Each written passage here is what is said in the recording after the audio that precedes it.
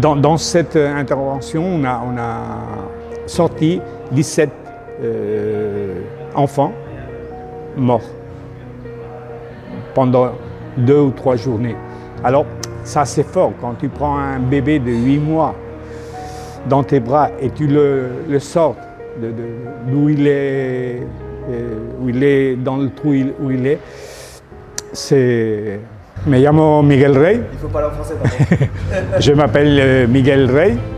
Bonjour la Fire Family. Aujourd'hui, je vous partage le témoignage bouleversant d'un homme qui a mis sa vie entière au service des autres en Espagne et à travers le monde.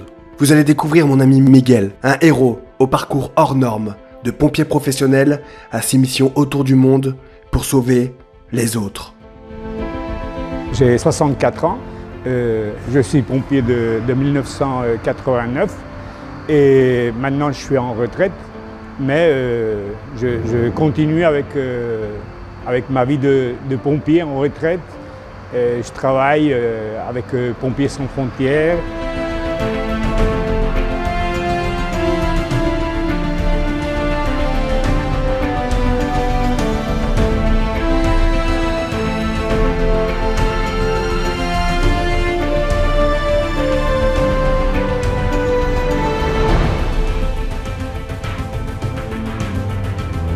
J'ai pompier, j'étais presque 30 ans. J'étais pompier professionnel ici à la caserne de RCB Bomberos de Malaga. C'est pompier de la mairie de Malaga. C'est une grande caserne et c'est ici où j'ai commencé, c'est ici où j'ai pris ma retraite de pompier professionnel. Ici à Malaga, ça fonctionne. Maintenant, il y a 5 casernes. Ils sont distribués dans la ville. Mon rôle, juste avant de la retraite, j'étais chef de caserne quand j'étais dans une caserne petite. Et aussi, j'étais le chef accidental du groupe de secours. C'était un Grèce, ça s'appelle Grèce, c'était un groupe de secours de plongeurs, sauvetage avec des cordes et les sauvetages spéciaux. À Pompiers sans frontières, juste quand j'ai rentré à pompier professionnel, j'avais une chose qu'il y avait là, que j'avais besoin de faire quelque chose. Et je connaissais Pompiers sans frontières, j'avais écouté de français. Alors j'ai dit, mais je crois qu'il y en a ici en Espagne. Alors j'ai les cherché et je suis dedans. Du 96 à pompier, j'ai passé pour toutes les postes. J'étais délégat de Malaga, j'étais vice-président, j'étais président national et maintenant je suis délégat de Malaga. On a été la première sortie internationale d'intervention, c'est le tremblement de Turquie en 1999. C'est la première fois qu'on a sorti. On a eu la chance de travailler avec des pompiers français, ensemble. Et après de cette sortie, il y a été l'Algérie, Maroc, Népal, Haïti, Pérou, Pakistan, Indonésie, à Sumatra. Seulement comme intervention. Mais on a fait des projets aussi de formation. Pérou, Nicaragua, Venezuela et des autres endroits que maintenant on travaille avec Chile. On les envoie des matériaux de pompiers et on espère que prochainement on peut faire une formation là-bas avec eux. On a envoyé aussi pour l'Ukraine, on a envoyé un bus complet de matériaux de pompiers. Et aussi, on a travaillé avec les réfugiés à Varsovie. On fait un petit peu de tout quand on peut. La grosse opération, pour moi, la plus importante, c'est l'Algérie. Et on a eu la chance de sauveter à une petite fille de 4 ans. Alors ça, c'est sublime. Hein. Ça, quand tu réussis à faire le travail avec beaucoup de complications, ça c'est un un grand honneur d'être là et de participer. Parce que dans cette intervention, on a sorti 17 enfants morts pendant 2 ou 3 journées. Alors, ça c'est fort, quand tu prends un bébé de 8 mois dans tes bras et tu le sors d'où il est, dans le trou où il est,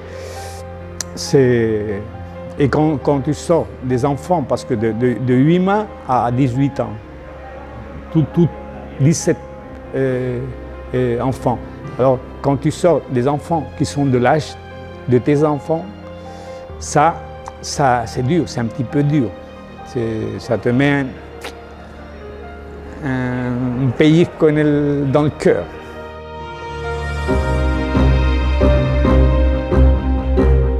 On se prépare pour ça, on doit être firme, on doit être sérieux avec ton travail.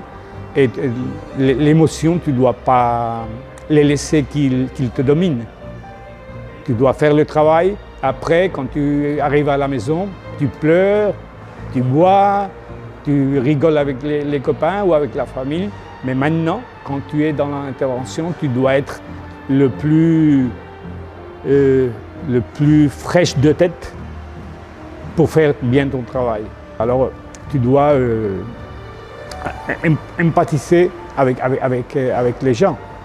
Moi, j'essaye de ne pas être un grand spécialiste quand j'arrive.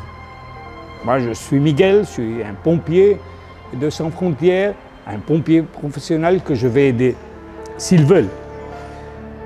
Nous, on n'impose jamais notre aide. On est là pour aider. Si vous voulez, on aide. Si vous ne voulez pas, on reste. Je crois que c'est comme ça qu'on doit travailler. Tu ne peux pas forcer ton aide, parce que sinon, tu peux avoir beaucoup de problèmes. C'est un exercice de 24 heures, multidisciplinaire. Ça ressemble à un tremblement qui a fait beaucoup de dommages et différents dommages.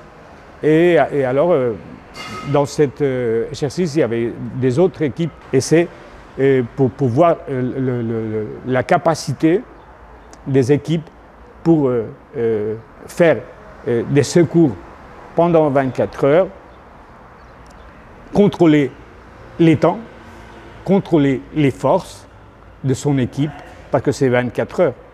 Tu dois arriver au final. Tu ne dois pas te blesser, tu ne dois pas te fatiguer trop, tu dois essayer de contrôler le temps et l'effort travaillant. Et pour partager aussi ensemble du travail de pompiers, des sauveteurs, dans un endroit que personne qui participe connaît ce qui se passe. Simplement, c'est un tremblement qui a fait beaucoup de dommages. C'est multidisciplinaire, tu peux avoir des sauvetages de corps, tu peux avoir un effondrement d'une maison ou de plusieurs. Et il y a des choses un petit peu artificielles, mais quand tu te mets dans le rôle de secouriste, tu oublies tout et tu travailles avec la perception de t'approcher de la victime, la prendre, stabiliser et l'évacuer le meilleur possible. Il y avait 4 équipes, après tout qui doit conformer le poste de demande, Croix-Rouge pour le poste hospitalier et le poste de demande, le poste de commande. Et on a essayé de faire à peu près une STEN, non seulement pour les secouristes, sinon pour le village d'un poste de commande complète. Quand on a commencé, on a appelé à tous les chefs d'équipe. Tu dois aller, cette information, il y a une personne qui a resté dans un puits, il a besoin de secours. Et alors, il se donne les informations, l'ubication, et il se déplace. Et après, avec radio, il dit on a ce problème, cette victime, et avec cette condition et ils commencent à travailler. Quand ils finissent, ils retournent au poste de commande et informent et presque tout de suite, 5 minutes, ils lui donnent une autre ubication avec un autre service différent. Ça peut être une maison qui a déboulé, une personne qui était dans une tourette électrique qui a tombé, il s'est mis un fer par la jambe. Ça dépend. L'intervention qui dans ce moment est préparée pour faire. Mais eux, ils ne connaissent pas, ils ne connaissent rien. Tu aimerais bien que ça se repasse? Non, non, moi si je suis en retraite de mon travail professionnel, ça c'est mon travail de retraité, ça me plaît beaucoup. Toi, c'est ce que tu aimes, toi, c'est ça? C'est ma vie, j'en ai fait beaucoup et chaque fois tu apprends, tu es complètement, tous les jours que tu fais ça, tu apprends beaucoup de choses. Mais c'est joli, pour moi c'est très joli, c'est une part de ma vie que je ne veux pas la laisser. Ça marche. Bon bah, peut-être à l'année prochaine alors. J'espère.